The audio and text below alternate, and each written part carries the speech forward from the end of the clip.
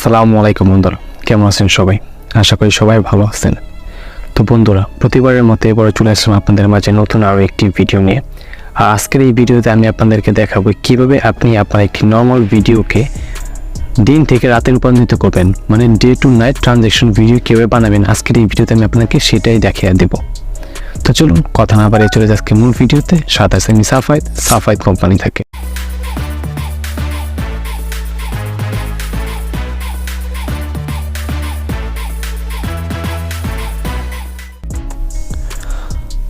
তো বন্ধুরা, এই ধরনের day to night transaction video তৈরি করার জন্য আমাদের প্রয়োজন পড়বে জনপ্রিয় একটি অ্যাপস ভিএন ভিডিও এডিটর।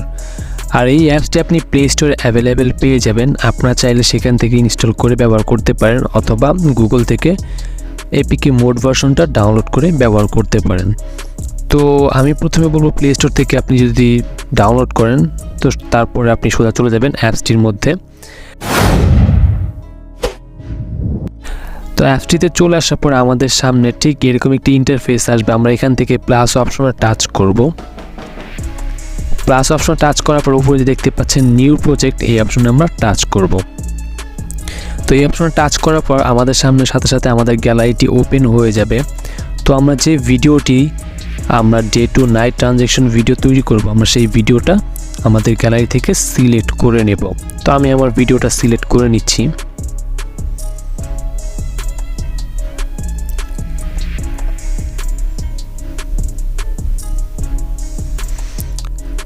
তো ভিডিওটা সিলেক্ট করা হয়ে গেলে এখানে যে নিচে অ্যারো মার্ক দেখতে পাচ্ছেন, সেই অ্যারো মার্কে টাচ করে ভিডিওটি ইম্পোর্ট করে নেবেন।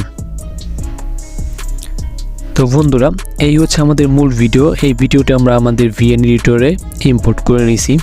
এখন আমরা এই ভিডিওটাতে লেয়ারে টাচ করব।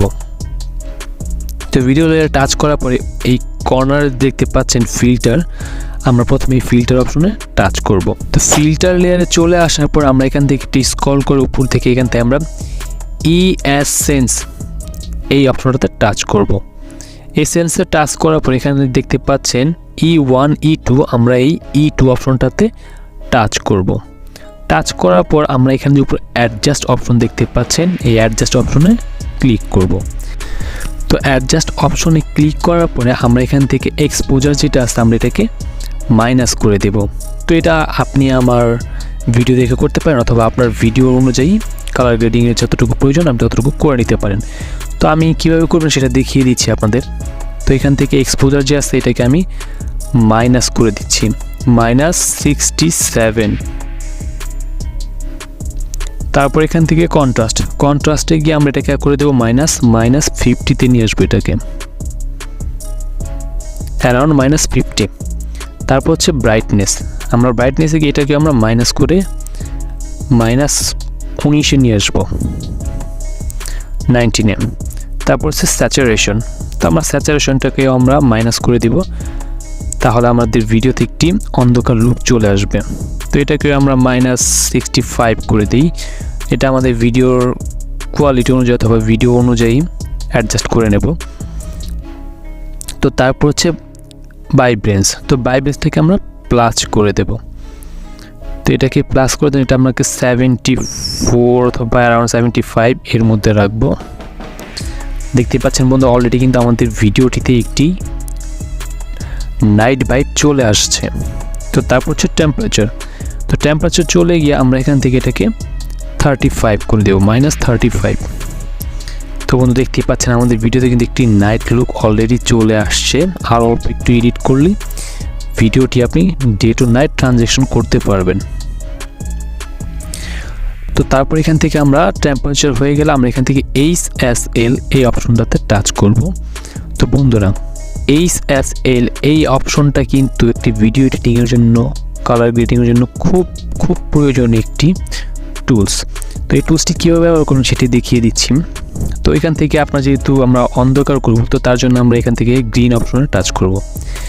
গ্রিন অপশন টাচ করার পর এটা স্যাচুরেশন যা আছে এটাকে আমরা -100 করে দেব, -100। তারপর আমরা এখানে স্কাই কালার যেটা আছে এটা চলে যাবে, এটাকেও আমরা -100 করে দেব।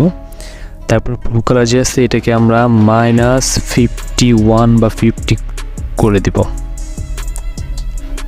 আমরা এটাকে 51 বা 50 করে দিলাম। তারপর এখান থেকে আমরা শ্যাডো অপশনে চলে আসব। শ্যাডো অপশনে এসে এটাকে আমরা 18 করে দেব, অ্যারাউন্ড 18। তারপর আমরা ওকে করে দেব। তো বন্ধুরা, এখন যদি আমরা আমাদের এই ভিডিওটি প্লে করি তাহলে দেখতে পারবেন আগে ছিল কীরকম আর এখন বর্তমানে কেমন আছে। তো আমরা ভিডিওটি প্লে করছি।